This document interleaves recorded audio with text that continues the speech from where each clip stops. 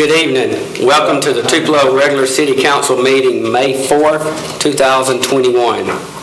Tonight's invocation will be led by Councilman Travis Beard, and Pledge of Allegiance will be led by Councilman Lynn Bryan.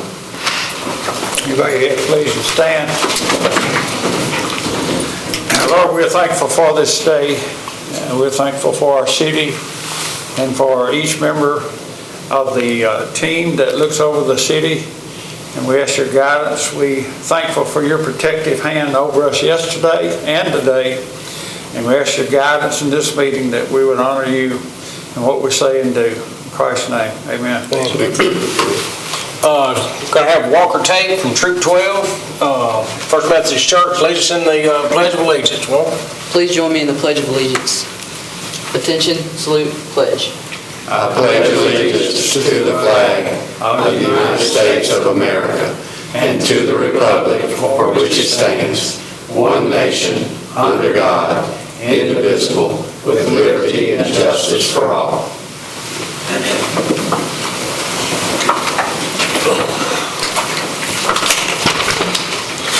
I now call the meeting to order, and I call on Councilman Lynn Bryan for confirmation or amendment to the agenda and the agenda order. Make a motion to confirm the agenda and the agenda order with the following amendments. Add as number 12 on the routine agenda, a resolution ratifying the proclamation of a local emergency, ending emergency closing status, and request the governor for a declaration of disaster in the city of Tupelo. And item 13 on the routine agenda, add addendum 1 to contract number 80420 to add tornado proclamation dated May 2nd, 2021 for direct administrative cost and project management. Second. I have a second by Mr. Whittington. All in favor? Motion carries. Oh, Mr. Jennings. Motion carries. We'll move to proclamations, recognitions, and report agenda. Proclamations. None. Recognition of Boy Scout. Mayor Joe. Thank you, President Bryan. We have one outstanding young man here with us today that you just saw, Mr. Walker Tate. Let's give him a big round of applause. He's here working on a citizenship badge, and let's see, and I forgot to get your grade. You're in eighth grade. In addition to being an outstanding future leader, he's also a world-class fisherman. I see coming down the street to the pond on occasion. So, his parents are Amy and Kevin Tate, and most people here probably know his sister Avery too. Just outstanding folks, and we're proud to have you. Thank you. We'll move to employee recognitions. Thank you, President Bryan. If I could have our fire marshal, Michael Montgomery, please join me. And he has got an outstanding group of folks with him: Chastity, Mason, Sawyer, and Xander Montgomery, his family, with him today. But certainly don't have to explain the importance or significance of the fire department, the fire marshal's office, and certainly honored to be in a position to recognize and again thank Marshal Montgomery and everybody with the fire department for the outstanding work Sunday night or Monday morning in the aftermath of the tornado. But at this time, on behalf of the council, administration, and city of Tupelo, with sincere appreciation and thanks, would like to recognize Fire Marshal Michael Montgomery with the Tupelo Fire Department for 25 years of dedicated service with the city of Tupelo. Thank you, Marshal Montgomery.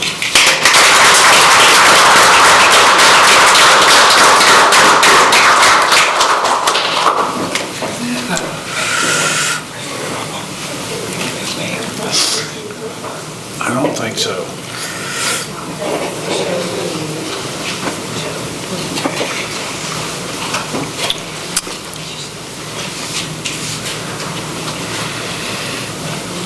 Is that the last one? Yes. Or only one? We'll move to public recognitions. Ms. Nettie Davis.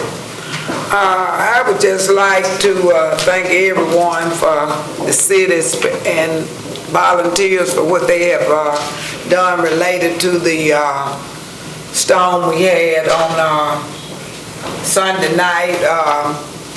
It did hit about a block from my house, and with God's protection, he saved. I don't think anyone got hurt, period. That was a blessing. And I just got to do this. I've got to do a special recognition to Victor Fleeters. He worked out all day yesterday, helping to cut trees and load logs on our truck and all of that, which that was to me a good example of a great citizen in the city of Tupelo. So I just want to thank him for what he's done, and I hope we will continue to get Tupelo back to where it has always been. I know we have a lot of cleaning up to do, and anyone who wants to volunteer, they welcome to do it. And so I just like to thank everybody what has been done so far. I would just like to add my praise for the city team that how effective they functioned during the tornado and the cleanup, and they worked all night and worked all day. It's amazing effort, and in most cases they were on the job before we got the warning that we actually needed the help. So I think it shows that we were prepared and followed the plan, which is just good to be part of it. Makes me feel good to be a councilman. Thank you. I don't have anything. We'll move to the mayor's report. Thank you, President Bryan. We'll start with the tornado too, and thank you, members of the council, for the kind words there. We are extremely fortunate to have really the best group of department heads that you could possibly imagine. As Councilman Beard alluded to, sometimes it's better to be lucky than good. And we've had some serious drainage and flooding. I don't know about serious flooding issues, but some very serious drainage issues today with all the rain. But we had a drainage issue about an hour or so before the tornado hit. So the emergency crews had actually been called out in advance of the tornado, and they were able to fix the drainage issue and then go immediately into work on tornado disaster relief, and worked until about 3 a.m. and then another crew showed up at 7 a.m. and they had all of the roads in the city of Tupelo passable by 10 a.m., which is remarkable.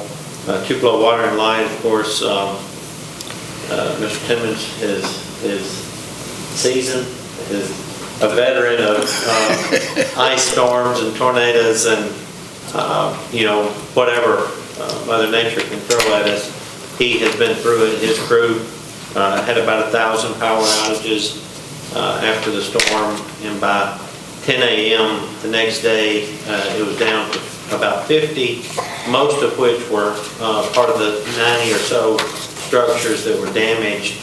To the extent that they couldn't safely return power. So again, remarkable. Fire department I mentioned with Marshall Montgomery, but they went out and did street assessments of every single impacted part of the city of Tupelo immediately. There were no ambulance calls. That's just a miracle of God that not a single person was injured, at least to the extent where they needed to be treated in the emergency room from a F1 tornado hitting the city at almost 10 o'clock at night. So that's pretty amazing. But we have a great team that's battle tested, and they have performed remarkably well. We have approximately, this is not an exact figure, but approximately 35,000 cubic yards of debris. That is referenced in the, I don't know if that figure is referenced, but that part of the contract, what we're talking about at the end of tonight. We would have made a lot more progress today had we not faced thunderstorms again all day today. So We're a day behind because of the weather, but, just the work that has been done already is remarkable. The election, of course, the primaries and runoffs have ended, and the general election is June 8th this year. Just want to always take an opportunity to remind everybody at home to go vote, that, we get passionate about all sorts of issues, state and federal issues, but the mayor, the city council, that's who responds when a tornado hits the city. That's who responds when there's a flood issue. That's who responds when there's any issue that city services are needed. So just would remind our citizens to go vote. COVID-19, we're, as you see the people in the room without masks, but just a reminder for people at home that at least everybody on the city council and myself and I believe all of our department heads have been received the vaccine. So, we are not wearing masks, but as I understand it, that's part of the CDC advice. So if you're among fully vaccinated people, then it's okay not to wear a mask. We will have a National Day of Prayer service this Thursday. We have not finalized. That's something that in years past, the American Family Association has done that and taken the lead on that in front of City Hall. Last year, because of COVID, it was done differently, and this year we are going to, Lucian, Don, and I will get the logistics of that distributed to council tomorrow. We may do a virtual event. I don't know yet, but we will honor and recognize and observe and participate in the National Day of Prayer Thursday, May 6th. The final thing I want to mention, big news at home. I got home just in time today. I saw Councilman Wick, and I was walking out and told my belly was rumbling. I needed an afternoon snack, and I went home to get a bite to eat, and my son William crawled for the first time when I was at home. So it was a good time to get hungry and get home to see him do that for the first time. So with that, we conclude the mayor's report at this time.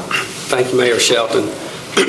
We'll close the regular meeting, open up public agenda, public hearings. Item 1, in the matter of public hearing for lot mowing. Anyone here for lot mowing? Anyone here to speak for lot mowing? We'll move to appeals. There are none. Citizens hearings. There are none. We'll close the public agenda and move back to the regular session. Action agenda, no action. Routine agenda. Item 2, in the matter of approval of minutes of regular council minutes on April 20th, 2021. Move that we approve. Second. Motion by Coach Beard, second by Mr. Whittington.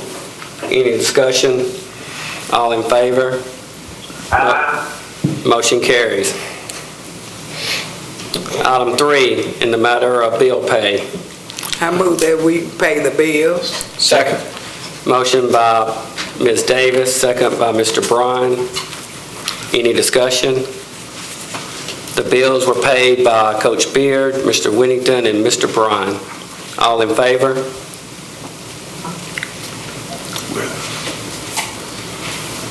Willie? Aye. Motion carries. Item 4, in the matter of advertising and promotional items, there are none. Item 5, in the matter of 2022 budget calendar. Make a motion to approve. Second. Motion by Mr. Whittington, second by Coach Beard.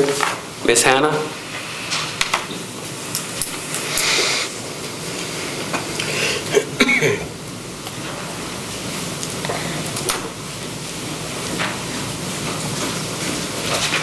Thank you. Each year, I put together a proposed budget calendar for the next fiscal year budget process. It is certainly not in stone, but it just memorializes all of the meetings, the advertisements, the deadlines, everything that we must do as a city. It just puts those on paper, and this approval is just a recognition of the budget process. Any discussion? All in favor? Thank you. Motion carries. Thank you. Item 6, in the matter of appointment to Historic Preservation Commission. I move that we would approve the appointment to the Historic Preservation Commission. Second. Motion by Ms. Davis, second by Coach Beard. Mayor Shelton. Thank you, President Bryan. This is the nomination of Britt Harris. Just by way of reminding the council and people watching at home, this is a board where the membership votes and requests for new commission members. So this has already been voted on by the commission, which submitted to the office of the mayor, who in turn submits to the city council for ratification. So we just respectfully request the confirmation of this nomination at this time.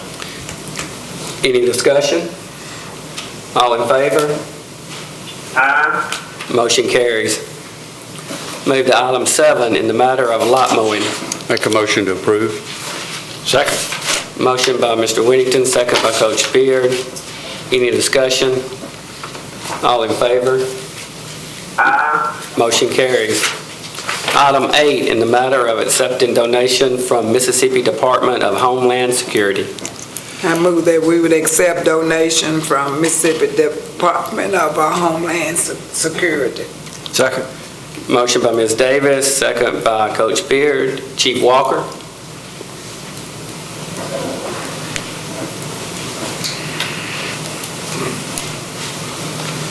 This is a 2019 Ford F-250 that has been donated by the Department of Homeland Security, and it will be coming to us through the Philadelphia Fire Department, part of Task Force 3. This vehicle will be used as a prime mover of personnel and equipment if we're called to any emergency inside the state of Mississippi, or we have went to hurricanes and tornado calls on the coast, and that's what this truck will be used for. Any discussion? All in favor? Motion carries. Thank you, Chief.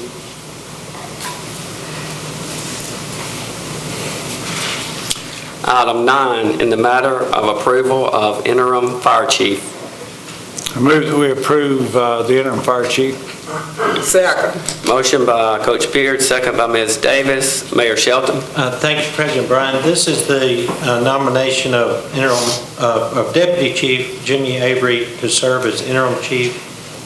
Would be effective May 28th of this year, to serve until the new mayor submits a nomination to the council that's in office after July 1st.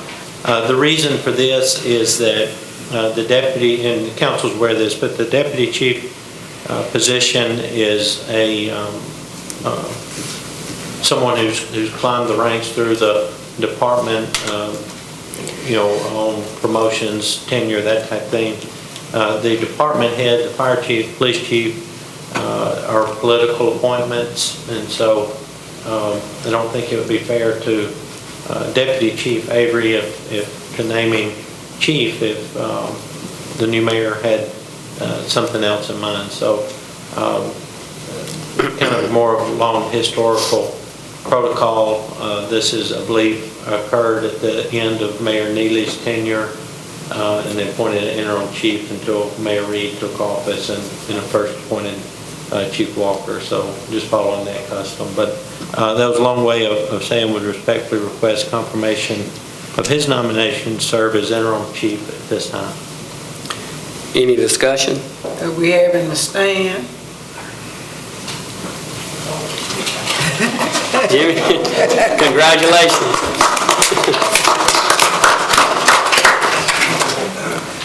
All in favor? Mike. Yep. Yes. Before you vote, I would like to say congratulations to Mr. Avery. I got to know him real well, and he helped with the Tennessee kids for the last 10 years. Congratulations to him. Can you hear me? Yeah, he said thank you. Willie? Yes, sir, I heard. Okay. All in favor? Aye. Motion carries. Item 10, in the matter of Coliseum minutes, February 22nd, 2021. Make a motion, we accept the minutes. Second. Motion by Mr. Winnington, second by Ms. Davis. All in favor? Aye. Motion carries. Item 11, in the matter of budget amendment number 6. I move that we approve budget amendment number 6. Second. Motion by Coach Beard, second by Mr. Whittington. Ms. Hannah.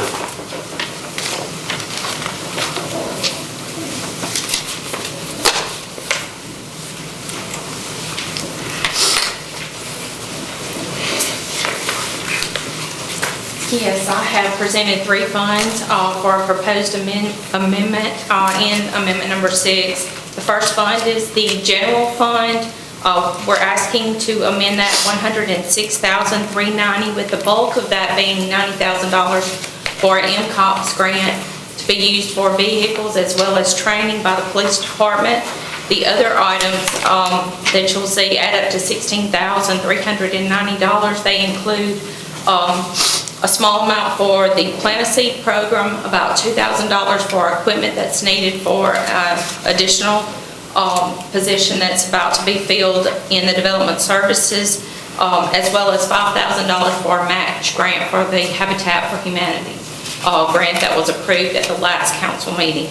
The other funds that we're asking to amend include a housekeeping issue in the capital fund. We issued 2020 bonds. This $19,550 is the remaining amount in the cost of issuance that is being held by the trust.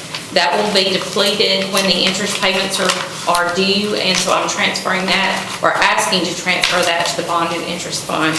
The only other item is the water and sewer fund. We just finalized an SRL, the state revolving loan fund agreement for the sewer lift station. That's been completed, and $47,721, which includes the interest, will be paid this year beginning next month.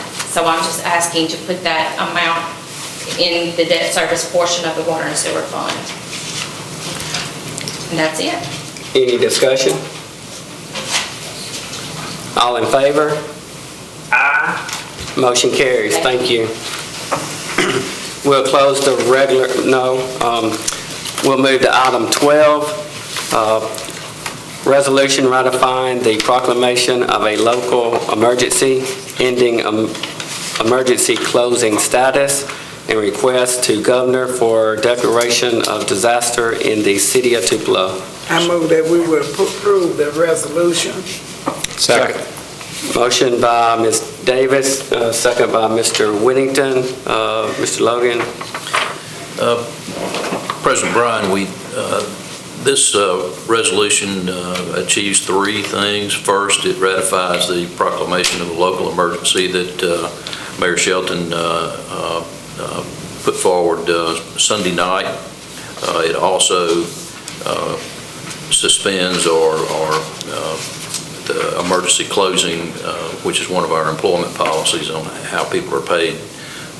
It ends that period effective as of yesterday evening, and it also puts us one step closer in getting a disaster declared by the state, and that's one step closer to getting a federal disaster decree that may help us with our removal and disposal of the debris that we have. Any discussion? All in favor? Aye. Motion carries.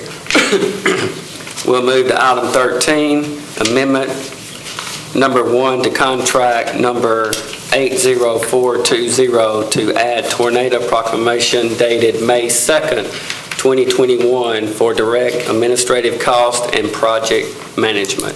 Make a motion to approve. Second.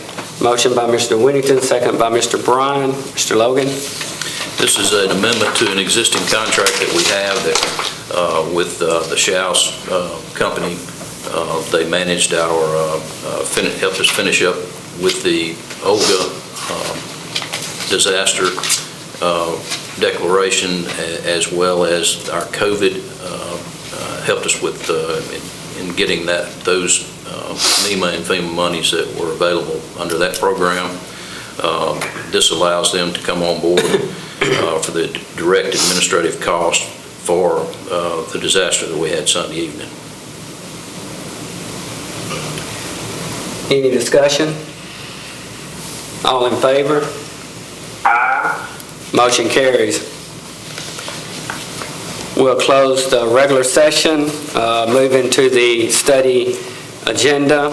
S1, in the matter of resolution granting exemption from ad valorem tax to Leggett and Platt, number 0341. Move it up. Move it up.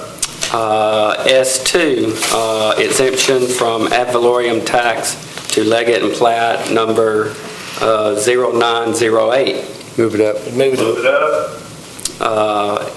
S3, exemption from ad valorem tax to Leggett and Platt, number 4201.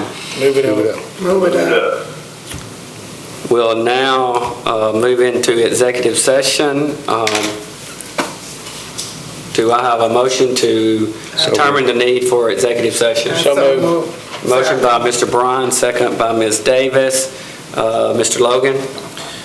Yes, President Bryan, we have one personnel matter, and also it's not indicated on the agenda, but doesn't necessarily have to be. We have an opportunity to discuss the acquisition of real property, and I believe Mr. Lewis is going to handle that in executive session. Both of these items are appropriate matters to discuss in executive session. I move that we go into executive session. Second. Motion by Ms. Davis, second by Mr. Bryan, to go into executive session. All in favor? Aye. Motion carries. We are now in executive session. Thank y'all for coming. Who needs to stay?